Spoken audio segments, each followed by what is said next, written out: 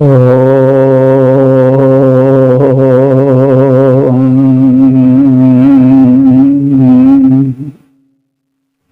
प्रेमियों, सुधी श्रोताओं, संप्रति हम सब ऋग्वेद के प्रथम मंडल के 166वें सूक्त के 9वें मंत्र की व्याख्या में प्रवेश करने जा रहे हैं। यह मंत्र जगती नामक छंद में निबद्ध है। मंत्र दृष्टा ऋषि हैं अगस्त, मैत्रा, वरुण और देवता हैं मरुद्गण। इस ऋचा का शीर्षक है मरुतों का वीर वेश। और संबंधित मंत्र का प्रथम पाठ हो जाए। ओम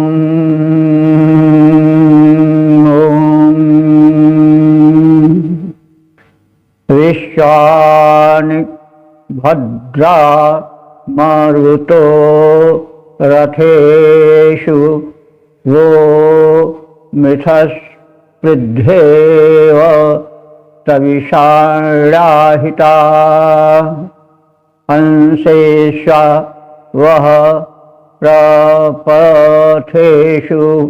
खादयो क्षो वश्चक्रा समया विवावृते। शब्दार्थ भावार्थ से परिचय प्राप्त करें।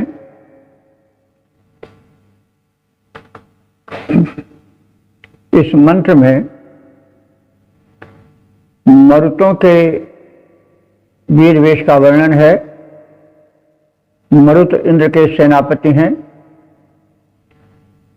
तो सेनापति का जैसा प्रभावशाली शस्त्रास्त्र से सुसज्जित दिव्य रूप होना चाहिए, वैसा इस मंत्र में चित्रित है।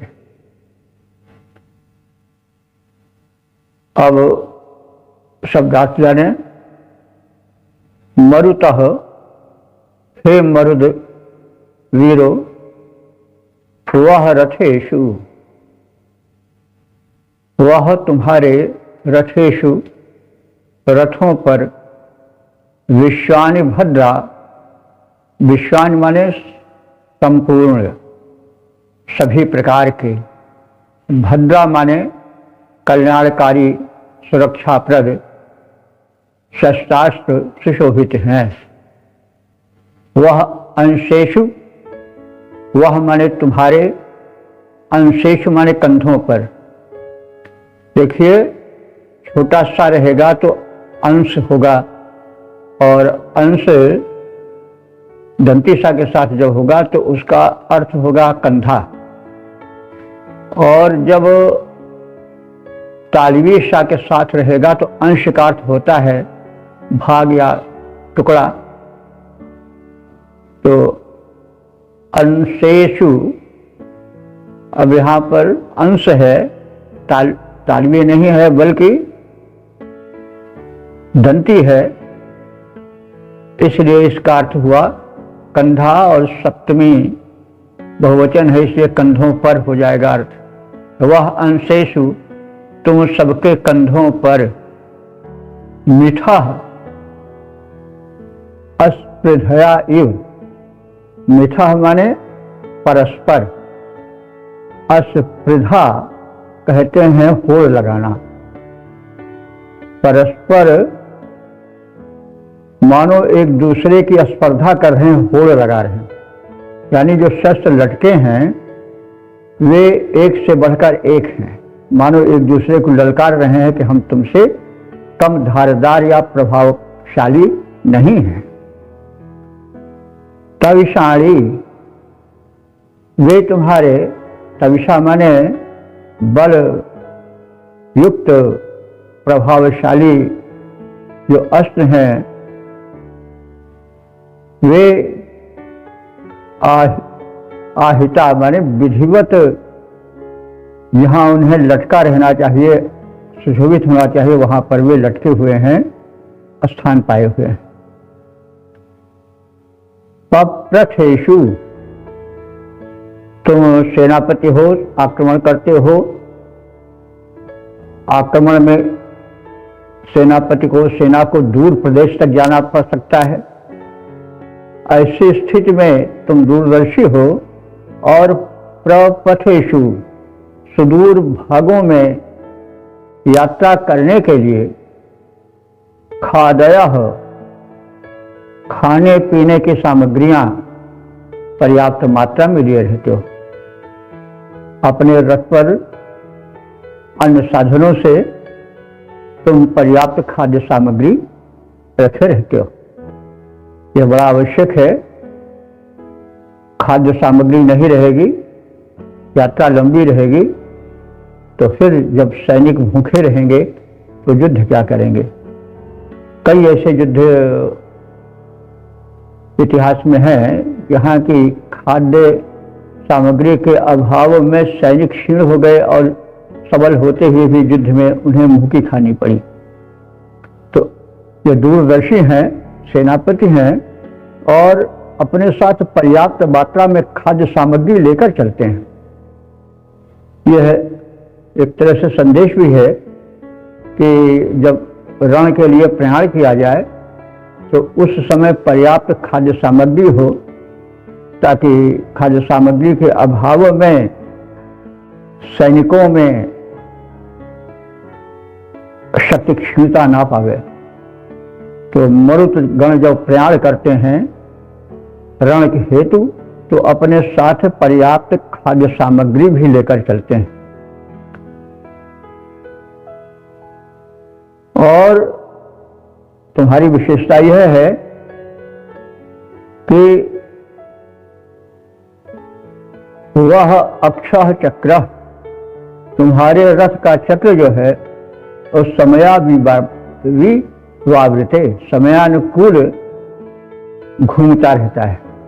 मतलब कि गति तुम्हारे रथ की यथावश्यक कभी तेज हो जाती है, कभी मध्यम रहती है, कभी धीमी हो जाती है।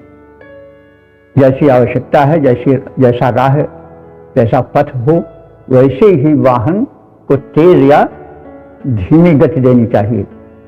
तो यह रथ चालन की विशेषता है कि तुम्हारे रथ के पहिए कभी तीव्र गति पकड़ते हैं, कभी मध्यम गति में चलते हैं और कभी अल्प गति को अपनाते हैं, मंद गति से चलते हैं। परिस्थिति के अनुसार, देश काल के अनुसार उनकी गति नियंत्रित होती रहती है। तो हे वीर मरुतो, तुम्हारे रथों पर सभी उपयोगी वस्तुएं सुरक्षित हैं। तुम्हारे कंधों पर एक से बढ़कर एक शक्तिशाली आयुध लटके रहते हैं। वे इतने दुरुस्त होते हैं, इतने सक्षम होते हैं कि देखने से प्रतीत होता है मानो एक दूसरे को ललकार रहे हैं कि हम तुमसे कम नहीं। यानी उनमें पर्याप्त शक्ति और सामर्थ्य, तेज, ओज विराजमान रहते हैं। शस्त्रास्त्रों का वैशिष्ट्य है कि उनमें एक से एक बढ़ चढ़ करके अस्त्र शस्त्र हैं जो मर्दों के पास रहते हैं और उनके शरीर पर लटके रहते हैं। और सुदूर भागों में रण प्रयाण करने के अवसर पर तुम्हारे साथ पर्याप्त खाद्य सामग्री संग्रहित रहती है। तुम्हारे रथ चक्र समयानुकूल गतिशील होते रहते हैं। यथा समय वे कभी तीव्र गति लेते हैं, कभी मध्यम गति और कभी मंद गति से भी चलते हैं। तो इस प्रकार हमने देखा कि इंद्र के सेनापति मरुतों के वीरवेश का, उनके सैन्य प्रयाण का,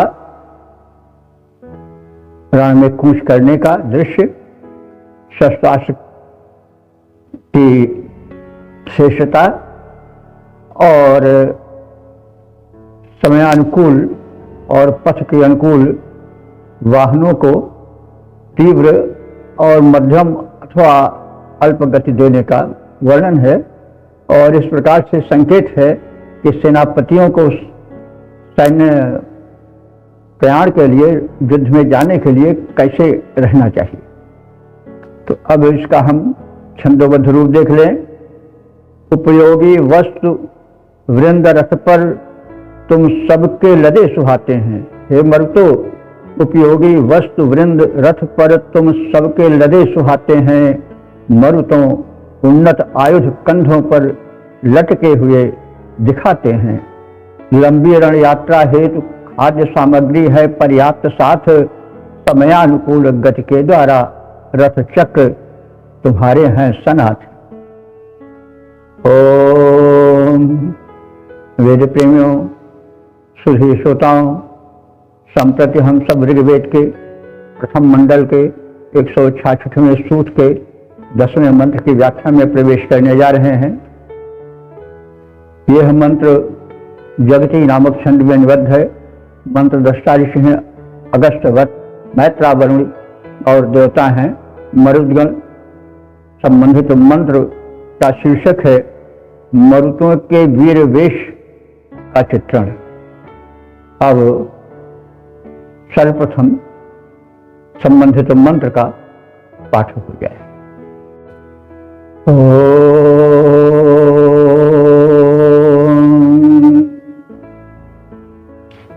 भूरि भद्रा नरेषु बाहुषु वक्षः सुरुक्मा रभसासो अंजयः अंसे श्वेताः पविषु क्षुरा अधि वयो न पक्षान व्यनु श्रियो धीरे। शब्दार्थ भावार्थ से परिचित हूँ। इस मंत्र में इंद्र के सेनापति मरुतों के सैनिक वीरवेश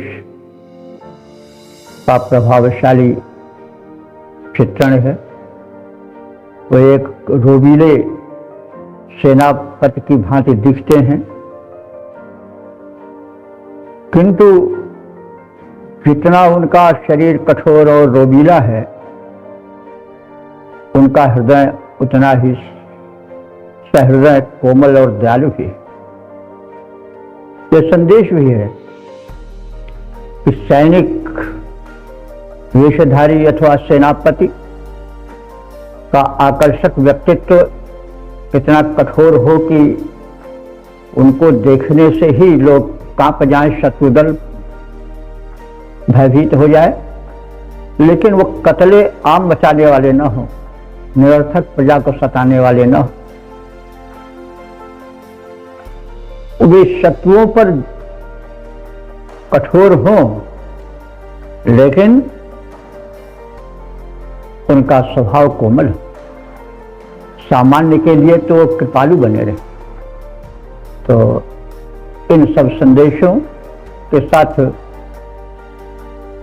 मरुतों के सेनापति के उपयुक्त वीरवेश का प्रभावशाली चित्रण इस मंत्र में मिलेगा।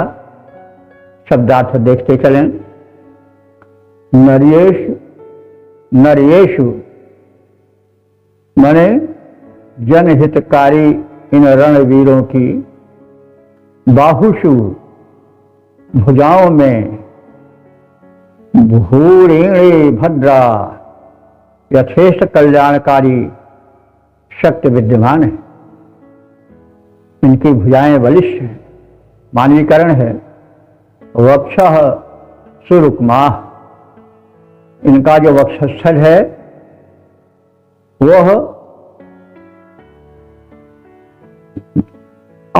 मंडित है, आवेशित है, जिस गणवेश के साथ, वर्दी के साथ, वह सुरुक्माः श्रेष्ठ सोने से युक्त है।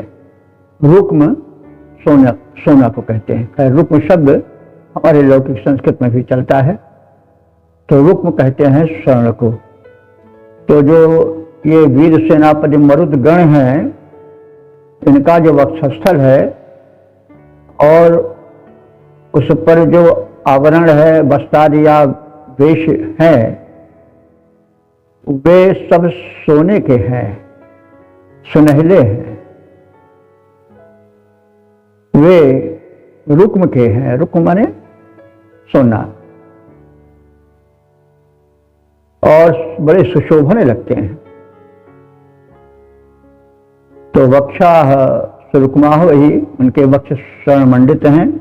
अंशेषु, अंश माने जैसे पिछले मंत्र में बताया गया कंधा होता है, दंतिसा है अंश, तो वंशेषु सप्तमी बहुवचन, कंधों पर, इनके कंधों पर। एताह माने विभिन्न रंगों वाले, रभसासह, रभसासह माने सुदृढ़, अंजयः आभूषण लटके रहते हैं, आभूषण मंडित रहते हैं। पविषु माने वज्रों पर, वज्र एक अस्त्र है, शब्द है पवि, पवि वज्र को कहते हैं। और पविषु माने वज्रों पर, जो वज्रायुध इनका है वो क्षुराह, क्षुराह माने तीक्ष्ण धारों वाला है। और इनका जो वेश है, जो दृश्यमान स्वरूप है, वो वयः पक्षान न, वयः माने रंग बिरंगे आकर्षक कलेबर वाले पंखों वाले, वयः माने पक्षी की तरह है, पक्षान न, पंखों की तरह है। यह न जो है वो समान के अर्थ में आवेगा। हम निवेदन करते आ रहे हैं कि वैदिक संस्कृत में न शब्द जो है संज्ञा के अगर बाद में आया तो समान का अर्थ देता है,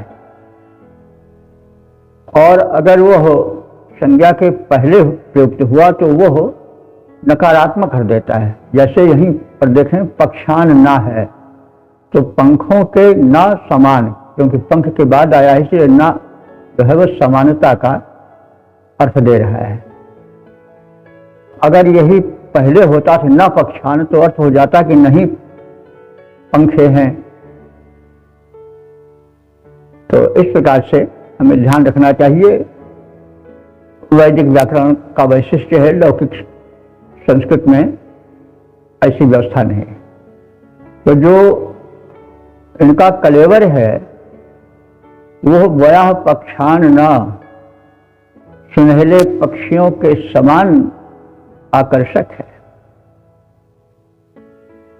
अनुश्रियः विधिरे, और तदनुकूल ये भांति भांति की शोभाएं धारण करते हैं। यानी जैसे पक्षियों के सुनहले रंग के पंखे आकर्षक होते हैं और रंग बिरंगे होते हैं, वैसे इनके जो वेश हैं वे आकर्षक हैं, पक्षियों के पंखों की भांति। पंखा कहने से, पक्ष कहने से यह भी आशा निकलता है कि यह चलने में भी तीव्र गति वाले हैं। तो इस प्रकार से जनहितकारी इन मरुतों के भुजदंडों में यथेष्ट कल्याणकारी शक्ति विराजमान है। उनके वक्षस्थल एवं कंधे विभिन्न वर्णों के स्वर्णाभरणों एवं रत्नाभरणों से सुशोभित हैं। इन मरुतों के वज्रायुध बड़े ही तीक्ष्ण धार वाले हैं। इनका वेश पक्षी के पंखों की भांति आकर्षक है और सहज सुशोभन है, और ये गति में भी तीव्र गति पकड़ सकते हैं। ये सब आशय कहा गया है। तो इसमें भाव यह दिया गया है, संदेश यह दिया गया है कि जो सेनापति हों उनका जो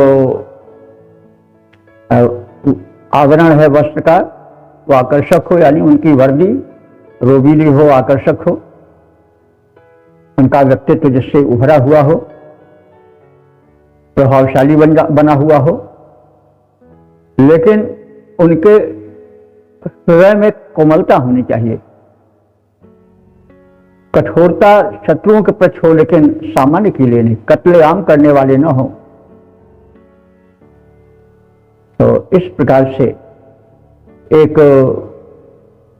वीर सेनापति के स्वरूप का, उसके स्वभाव का चित्रण किया गया है और संदेश दिया गया है कि व्यक्तित्व सेनापतियों का प्रभावशाली हो, लेकिन उनका हृदय कोमल हो, कठोर हो तो शत्रुओं के लिए हो, लेकिन सामान्य के लिए नादिरशाही हमले की तरह, या जो अन्य मंगोलों के हमले होते थे, चंगेज खान के जो कि कत्लेआम मचाते थे, तमाम में हुए हैं। निरर्थक ही, जिनका दोष नहीं है, जो जनता का निर्दोष वर्ग है, उसको भी वो आतंक मचाने के लिए एक तरफ से मूली गाजर की तरह काटते चलते थे। यह दोष है। तो ऋषि तो कालदर्शी हैं, वो जानते थे कि बल जब आ जाता है तो एक मदहोशी छा जाती है, ऐसा नहीं होना चाहिए। सेनापतियों को, सैनिकों को वीर होना चाहिए, उनकी वर्दी वेश प्रभावशाली होना चाहिए, उनके भुजदंडों में विपुल बल विकसित होना चाहिए, लेकिन वेश भले कठोर लगे, लेकिन हृदय में कोमलता होनी चाहिए। निरर्थक रक्तपात में उन्हें नहीं लगना चाहिए। तो यह संदेश दिया गया है। जनहितकारी इन मरुत वीरों के भुजदंडों में यथेष्ट कल्याणकारी शक्ति विलसित है। उनके वक्षस्थल एवं कंधे विभिन्न वर्णों के स्वर्णाभरणों एवं रत्नाभरणों से सुशोभित हैं।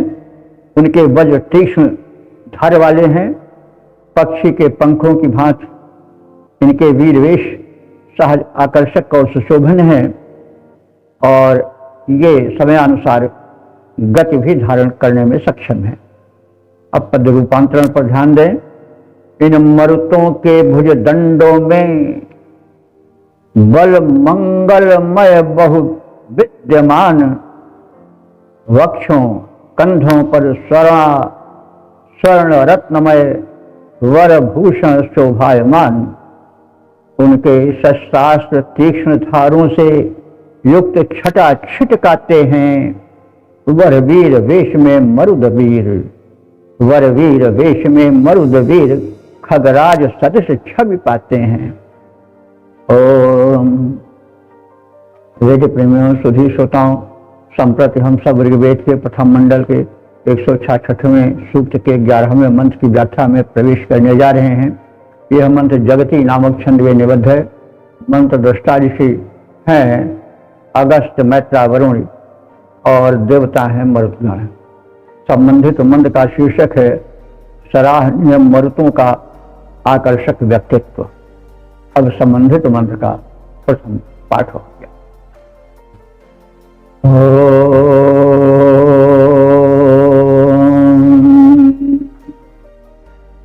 महान्तो महना विभो विभूतयो दूरे द्विषो ये दिव्या इव स्त्रिभिः मंद्राः सुजिह्वाः स्वरितार आसभिः सम्मिश्ला इंद्रे मरुतः परेष्टुभः। शब्दार्थ भावार्थ से परिचय प्राप्त करें। तो इस मंत्र में मरुतों के वीर वेश के वर्णन के साथ आकर्षक व्यक्तित्व के झलक के साथ उनके अन्य गुणों का भी वर्णन किया गया है। सेनापति को चाहिए कि वह ऐश्वर्यवान हो, आकर्षक व्यक्तित्व वाला हो, दूरदर्शी हो, उत्साह से भरा पूरा हो और उसकी वाणी समयानुकूल निकले। युद्ध में तो उसकी वाणी वज्र की तरह फूटे, उत्साह प्रदायक हो, लेकिन सामान्य व्यवहार में वह सुमधुर हो, संगीतमय बन जाए। तो अब इसी परिप्रेक्ष्य में मरुतों का स्वरूप चित्रण किया गया है। शब्दार्थ है कि ये माने जो मरुता माने मरुदगण है, मन्हा, मन्हा माने अपनी महत्ता के कारण महानता, महनीय है, महान बने हैं। विभव माने ये बड़े ही समर्थ हैं, विभूतः ऐश्वर्यशाली हैं, और अस्त्र भी माने ये नक्षत्रों से मंडित गगन मंडल की भांति दिव्य हैं। दूरे दिशा दूरदर्शी हैं। मंद्राह माने हर्षित होने वाले हैं, प्रसन्न रहने वाले हैं। सुजिह्वा, इनकी जीभ बड़ी अच्छी है। इसका मतलब यह हुआ कि जिह्वा से जो उच्चारण करते हैं बड़ा समयानुकूल और सुशोभन होता है। ये युद्धादि के समय में तो कठोर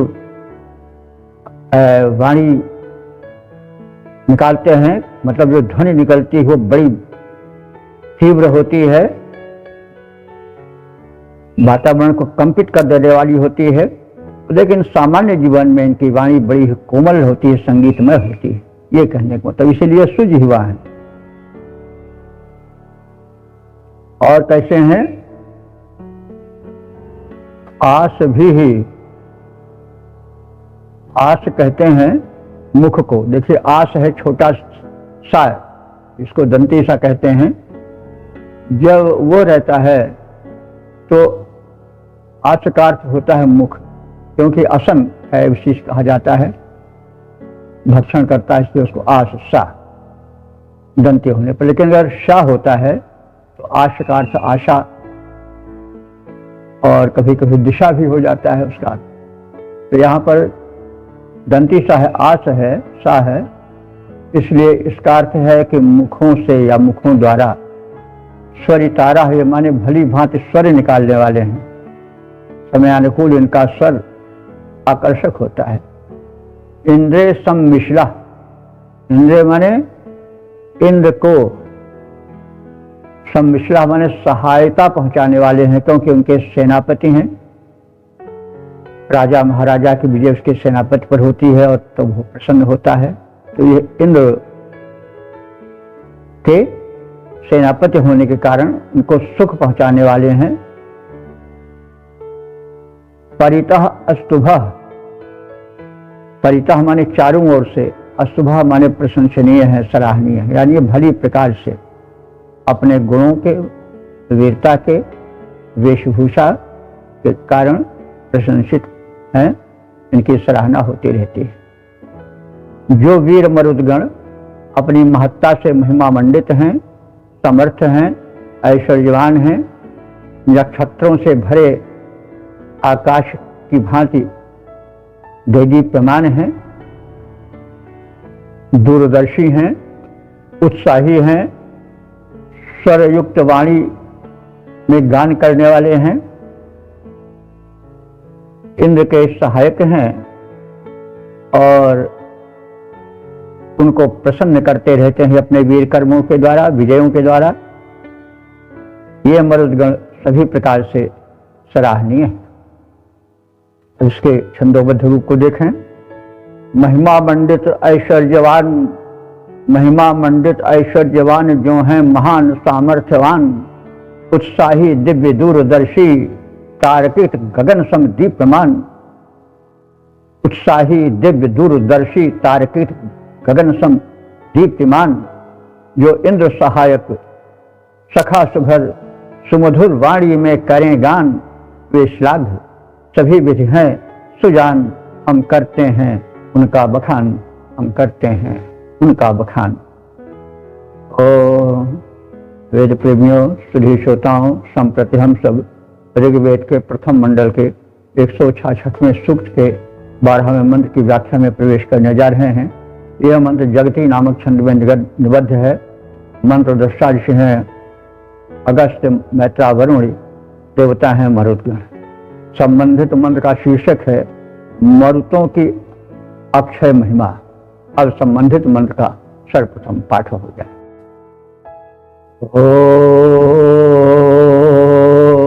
ओम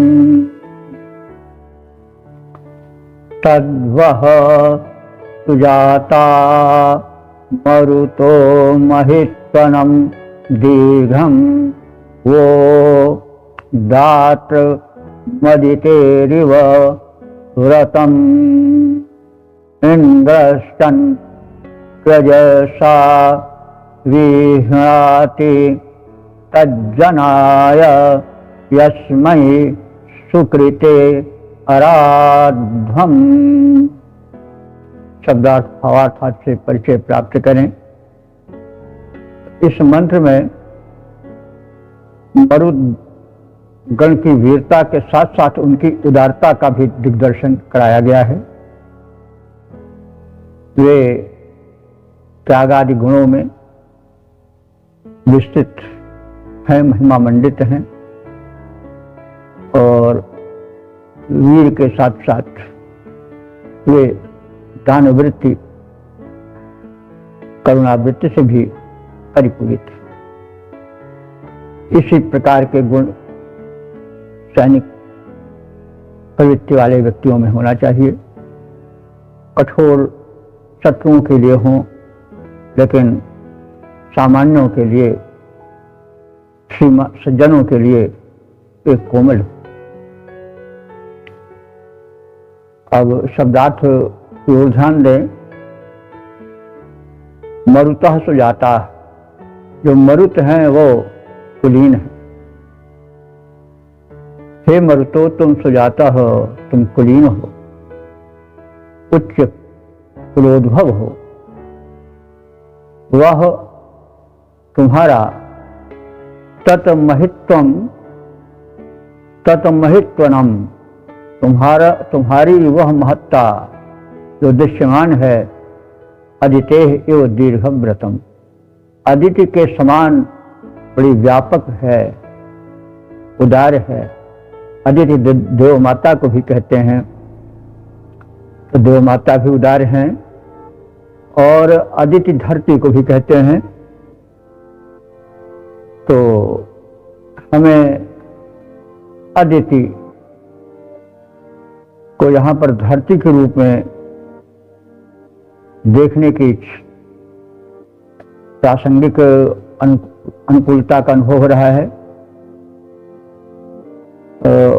अदिति का अर्थ होता है जो खंडित न हो। दिति माने टुकड़े होना और अदिति माने जो अखंड हो। तो धरती अखंड है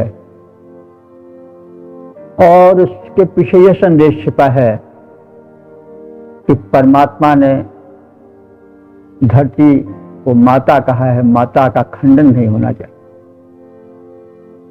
तो भगवान ने तो, परमात्मा ने तो धरती को रचाया, हमने हिंदुस्तान या पाकिस्तान बनाया, ईरान, चीन, जापान बनाया। ठीक है, यहां तक कोई विशेष अनर्थ नहीं है, लेकिन अनर्थ तब हो जाता है जब एक देश दूसरे देश को शत्रु समझ करके उसके विनाश की योजनाएं बनाता है। तो धरती माता है, माता को हम खंडित करके दुखी बनाते हैं। इसलिए यह सार्वभौम संदेश है कि नेताओं को, सम्राटों को, राजाओं को, महाराजाओं को, राष्ट्राध्यक्षों को परस्पर हानि पहुंचाने की भावना से माता को दुखी नहीं करनी चाहिए, क्योंकि वो तो अद्वितीय है, अखंड है। तो मरुतों के विशेषण के रूप में धरती की उदारता और अखंडता का कथन है। धरती बड़ी उदार है, वह ऊंचे पर्वत, गहरे सागर सबका भार उठाती है। इसीलिए तो यह धरती धरती माता कहलाती है। धरती को लोग पूजते हैं, उसको गंदा भी करते हैं, लेकिन जैसे माता क्षमा कर देती है पुत्र को, वैसे धरती भी क्षमाशील है और व्यापक है, महान है, अद्वितीय है। तो ये गुण मरुतों के लिए ऋषि यहां कह रहा है कि तुम उदार हो, सहिष्णु हो, विशाल हृदय वाले हो। धरती की तरह तुम्हारा व्यक्तित्व है, वह दात्रम, तुम्हारी उदारता विस्तृत है। यशमय, जिस उपासक के लिए तुम सुकृते, उस पुण्यात्मा के लिए तेजसा, अपनी त्याग वृत्ति से अनुदानित करते हो, तत् उसे इंद्रहचन, इंद्र भी विरहुणाति, रोक नहीं सकता है। इंद्रहच न विरहुणाति, उसे इंद्र भी रोक नहीं सकता है, अच्छा क्षीण नहीं कर सकता है। मतलब कि तुम जिस व्यक्ति को अनुदानित करते हो कृपा करके, तुम्हारा व्यक्तित्व ऐसा है, तुम्हारा कृत्य ऐसा है कि इंद्र जो कि तुम्हारा स्वामी है, सम्राट है, वो भी उसे कम नहीं कर सकता है। तुम जितना देना चाह रहे हो उसमें वो रोक नहीं सकता कि इतना ना दो, क्योंकि तुम्हारा प्रभाव, व्यक्तित्व ऐसा ही है। तो हे कुलीन वीर मरुतो, तुम्हारी महत्ता अदिति अर्थात भूमि की भांति विस्तृत है, क्षमाशील है, त्यागवान है। धरती की महिमा बताई गई है, वह खोदी जाए, काटी जाए, पीटी जाए, जोती जाए, कुछ किया जाए, लेकिन उपज देती है वही, खाद्य सामग्री वही देती है। कितनी उदार है। तो मतलब तुम देश के लिए, समाज के लिए तीर तलवार सहते हो, प्रहार सहते हो, रण में जाते हो, लेकिन देते ही देते हो, किसी अपने आराधक से लेते नहीं हो या लेने की कामना नहीं करते। तो हे कुलीन वीर मरुतो, तुम्हारी महत्ता अदिति अर्थात भूमि की भांति विस्तृत है, तुम्हारी उदारता विशाल है, महती है। जिस पुण्यात्मा को अपनी सहज त्याग वृत्ति से तुम अनुदानित करते हो, तुम्हारी महत्ता के कारण, तुम्हारे गौरव के कारण, तुम्हारे वजन के कारण, तुम्हारे उस अनुदान को अपने जिस भक्त को देते हो, आराधक को देते हो, उस अनुदान को क्षीण नहीं कर सकता है, कम नहीं कर सकता है, मना नहीं कर सकता है। तो इस प्रकार से मरुतों के प्रभावशाली व्यक्तित्व, उदारता और उसके प्रभाव का वर्णन इस मंत्र में ऋषि ने किया है। और संदेश तो है ही कि अपने व्यक्तित्व को अगर तुम वजनी बनाओगे तो तुम्हारे ऊपर का जो है शासक, वो तुम्हारे हाथ को नहीं पकड़ सकता है, मना नहीं कर सकता है। पद रूपांतरण पर ध्यान दें। है भूमि सदृश विस्तृत महिमा मरुतों, मरुतों है भूमि सदृश विस्तृत महिमा, मरुतों तुम सबकी है महान, तुम सब कुलीन, अतिशय उदार, महिमा मंडित अतिशय सुजान। निज त्याग वृत्ति से करते हो अनुदान, जैसे अपना प्रदान। सकते न रोक हैं इंद्र उसे, सकते न रोक हैं इंद्र उसे, जो देवों में सबसे प्रधान, जो देवों में सबसे प्रधान।